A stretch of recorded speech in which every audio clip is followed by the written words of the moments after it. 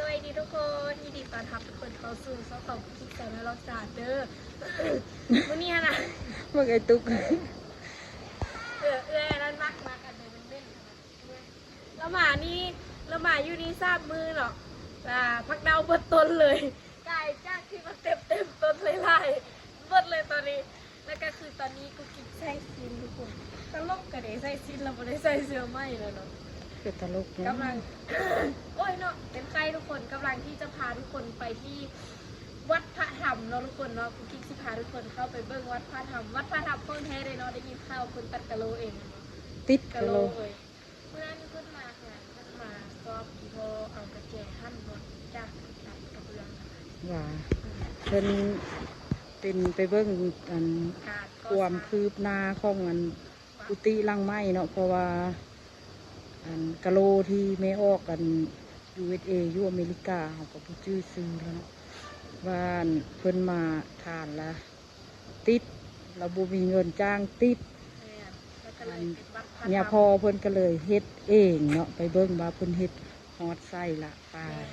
ก็คือเนี่ยพอเพิ่นสร้างเองมันเลยมาตกกะโลเนาะเบิ่งว่าเพิ่นสร้างแม่ก็ยังบ่ทันเห็นว่าเพิ่นสร้างได้ซ้ำล่ะไปเบิ่งกันไปพอเว้าไปเบิ่งกันกุ๊กนึงกุ๊กกิ๊กนุ่งสินละงามเลยว่าสิบ่มีอันสปอนเซอร์ว่าสิส่งเขาประกวดเหือนประกวดนางนกพแมดป้ายไปเบิ่งกันแม่ลูกพูดแล้วพ่อไปใส่พ่อมาแปลงอันนี้ลืมว่าอีพ่อไปใส่พ่อท่ามเอาอันเดียวแปลงอันเดิมใส่ไฟวะไปพุ่นวัดเมื่อกี้พ่อก็หน่อยจึงเข้าไปวัดไปเราชอบไปก่อนบ่ไปเขาเอ็ดอันเดอร์ยูฮันคือประตูขาดเสียงดังนี่ฮ่ามองไม่ได้ลุกมองเห็นหรอกร้างเลยว้าไม่ยากตู้เอ้ยจับจันบุคคลมักนี้ทานก็แป้งอันเดิม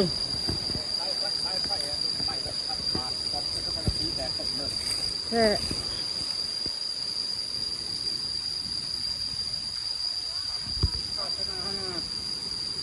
ม่วงเริ่มสุกแล้วได้เนาะหรือว่าเริ่มม่วงแห้วว่ะ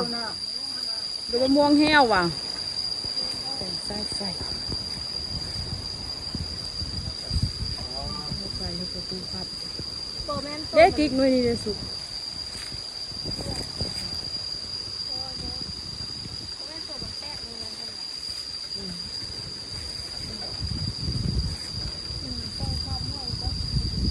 ตู้ยังค่ายอยู่ว่าห้องน้ำยังใช้งานอยู่วะ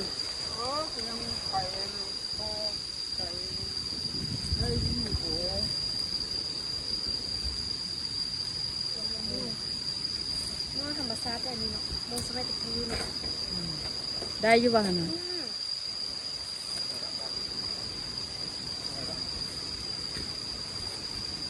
เอามองอย่างนี้มันเน่านี่แกมาแต่น้ำนี่ไม่ได้เลยมาตัดเอาจักสตินมาตัดตู้ตัดคือสิบได้แล้วมาคุกอันนั้นเป็นกินบ่เลย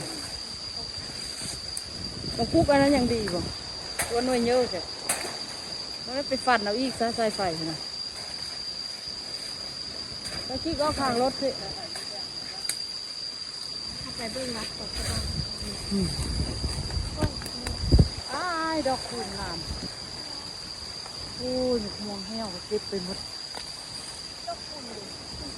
นี่ไม่ดอกคูณนี่เป็นดอกไม้ประจำชาติเลยข้างล่าง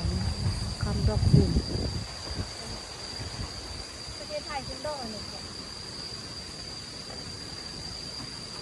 ดอกคูณดีกันโอ้ยมันเลาะมันมากไล่เนาะด้านนี้เลย ขึ้นแล้วนะยังบิดตัวนี้เจ้าของเพิ่นกระบุเห็นดอกนางอยู่กองลางคันสิซื้อ คือปลอมทางอยู่มักงอกในส่วนอันนี้เราไปจับตัวนั้นอยู่ไล่นั่นมันเนาะแม่ง นี่คือ เ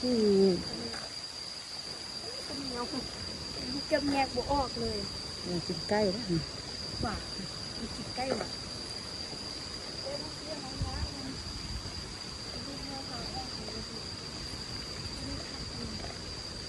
เพื่อนนอนเตี้ยตอนเย็นมันก็นอนพักผ่อนอย่างนั้นมันเย็นยางเข้าวัดในรอบจักเดือนเนาะไม่ได้เข้ามาวัดเลยมาเบิ่งความคืบหน้า คุณบ้านคุณเข้าวัดล่าสุดเหรอ นั่นเพิ่นผ่านกะโลไป150 เกต คุณบ้านท่านบ่ได้มาซื้อบ้านสมุน แม่น กะโลมือที่ใส่ผ้าชุดนี้เป็นชื่ออะไรดีแล้วแบบนี้เอามาปะไว้แล้วโบมีเงินสร้างเลยเนาะ แม่ แล้ว น ก็เลยพระเพิ่นก็เลย กะโลอย่างอยู่พี่อย่างอยู่แก่สิไปเบิ่งมาเพิ่นติดได้ซ้ำเลย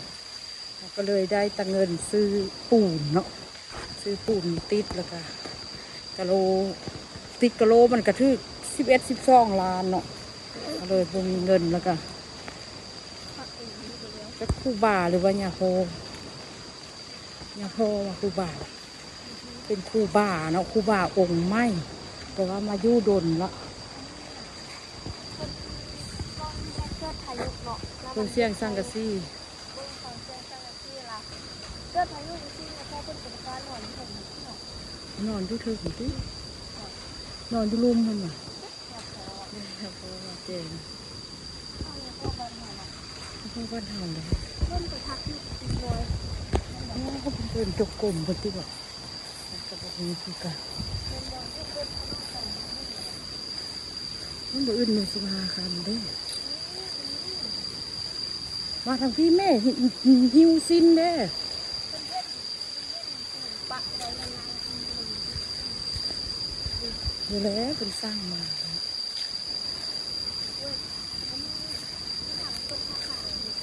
บ่ได้ซื้อเอามาได้ของทรายนี่มันเป็นทางสตี้เป็นซื้อเอามาเป็นทรายอันนี้นี่ถือแล้วล่ะอันนั้นเป็นทรายพิกโลทรายโบกอันนี้เข้าไปเบิ่ง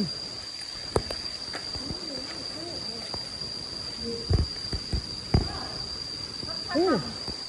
เป็นไล่เว้ย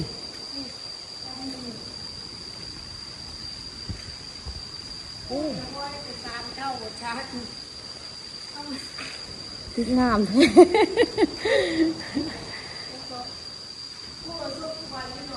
โอ้บ่เข้าระดับปันเลยเนาะ ก็พอใส่ได้แต่ว่าบ่เข้าปันเลย มันก็บ่คือกับ คือก็สั่งไม่ได้เนาะ มีอะไรสมุนแล้วน่าจะมีใจอะไรกูชอบเป็นอะไร เพิ่นสิเอาอันนี้มาบอกมาก็ อันนี้เธอก็เองอีกวันนี้ ก็เองนี่ขุดลงงง ผ่านคันเบ็ดโอ้ด้านนี้ก็ได้ละ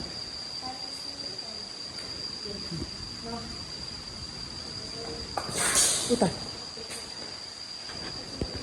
โอ้เดี๋ยวไล่เติบเลย เขาเป็นเม็ดเดียวแค่นี้ประมาณนั้นแบบสีแดง โอ้เป็นเฮ็ดเองบุ้งว่ามื้อนั้นเขาเอาอันเดียวก่อนนี่นะยาแนวหนาแล้วนั่นน่ะคือว่ายาแนวคือว่าไปซื้อโยฮานเข้าคือว่าสิเอาซีข้าวหรือซีข้าวหมดบ่ตีตะกวงกวงนี่เพิ่นมันได้ไล่เติบ ใกล้สิครึ่งเลยเนาะ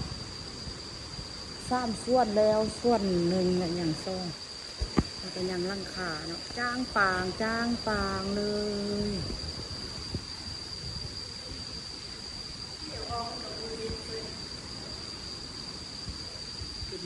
ยาพ่อองค์ไม้บ่แม่นองค์เก้าองค์เทาๆอันใดยาพ่อองค์นี้เป็นยังนุ่มอยู่ยังนุ่มก็50ปลายปีละไปเอาไป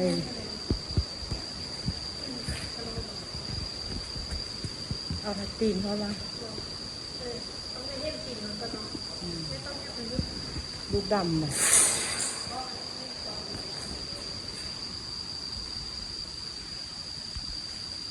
สำเร็จนะ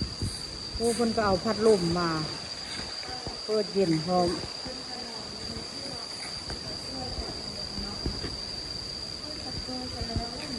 เราก็บ่เคยสัมภาษณ์เพิ่นจักเวลาทำโต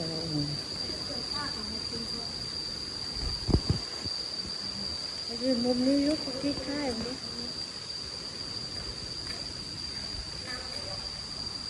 ยิงก็ได้เตือนใจสิสำเร็จละเอาใจช่วยอย่าพอเนาะเอาใจช่วยอย่าพอไปเบิ่งอย่าพอไปอันนี้ก็ขอบใจศรัทธาจาก USA เพิ่นแบบเพิ่นโบประสงค์ออกนามนะแบบเพิ่น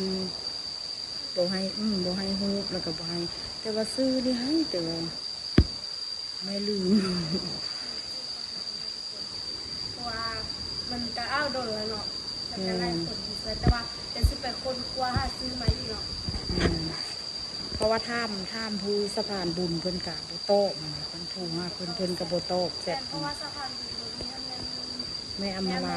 อยู่นอกทางมันจะมาจากทางนั้นทุกคนเลยเป็นมาซวยเป็นศรัทธากะโลเนาะกะโลก็เริ่มติดเนาะติดเองเพราะว่าเพิ่นซวยไป150แก๊สตายไปเบิ่งว่ามันยังเหลือหลายบ่อันน้อยอันนี้คือท้องว่านเด็กห่อเดี๋ยวห่ออันมาห่อเดี๋ยวเป็นนี่แหละในกระบอกไฟนี้ก็เป็นตั้งซื้อกับพวกเนาะเงินฟ้าลมนะปิวที่ปิวเลยก็กระโดดแล้วมาไล่ปิวแล้วก็เนาะ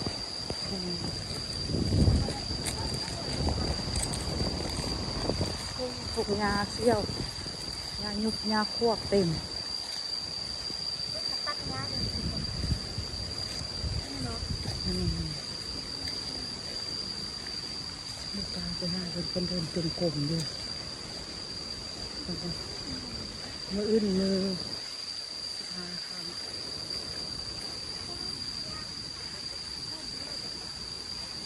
ยูทุกเศษยูวัดที่จะมาสักใน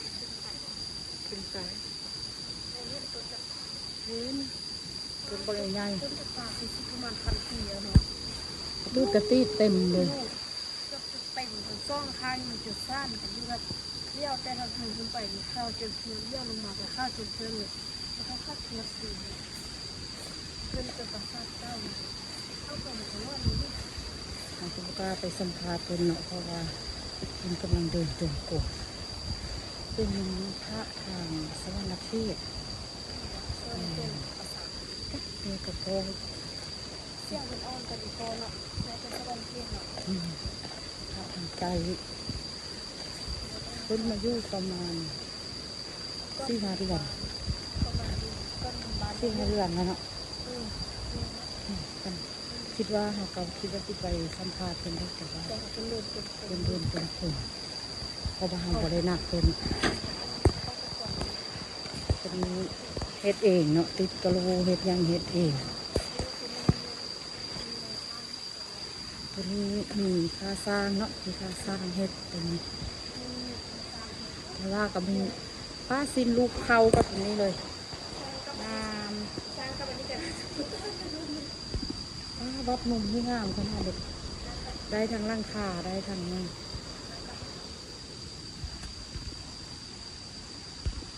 หลายโอ้แม่ว่าเครื่องนุ่งแม่แต่มือนั้นยังเพิ่นได้ไปนี่กะโหลเฮาอย่างซ้ำนี้ยังไล่มันสิบ่เลือดแก้วนึงเฮาเด็กเยอะแก้วนึงมีจะกลับถ้าเป็นดุซ้ำกันซ้ำ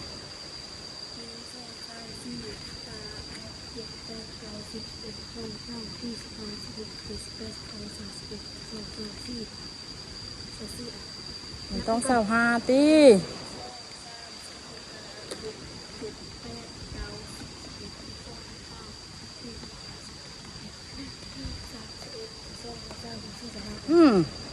25เสื้ออันนั้นเป็น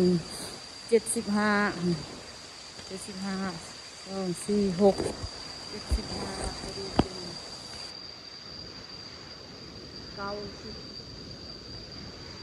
นี่ทุกคนเพิ่นสิเขียนใส่ประมาณ ยังเป็นรอยฝ่าย นี่อันนี้แม่นศรัทธาอายพงษ์ FC ประเทศไทยศรัทธาอายพงษ์ FC ประเทศไทยอ้าวมันไผเนาะมาบ่กูคิดเด้อศรัทธาไอเล็ก USA โอ้เพิ่นสิเขียนใส่แต่ละเศร้าเลยเด้นี่ทุกคนดิศรัทธาทันขั้นเงินซอผ้ามีใส่อะซอผ้ามีใส่เอาไปใส่ซอผ้าลืมบ่แบ้ได้ค่ะ อันนี้เด็กศรัทธาทานน้ำพลอยเพชรคำวงศาเสื้อไอบีกับเสื้อวดีเอามาเข้าวัดมือบุญบานดีทุกคนประมาณวัดงามเลยสี่สินกิกเขาบ่ปาซิเซอร์เต็มสุดมาแล้วทุกคนจากนั้นปาซิเซอร์เต็มสุดมาแล้วก็นี่นะเสื้อไม้สินไม้มาเข้าวัดเลยวัดบริเซอร์สับเมื่ออื่นเสื้อบาทบ่นั่นว่าแม่สิตื่นแต่เช้า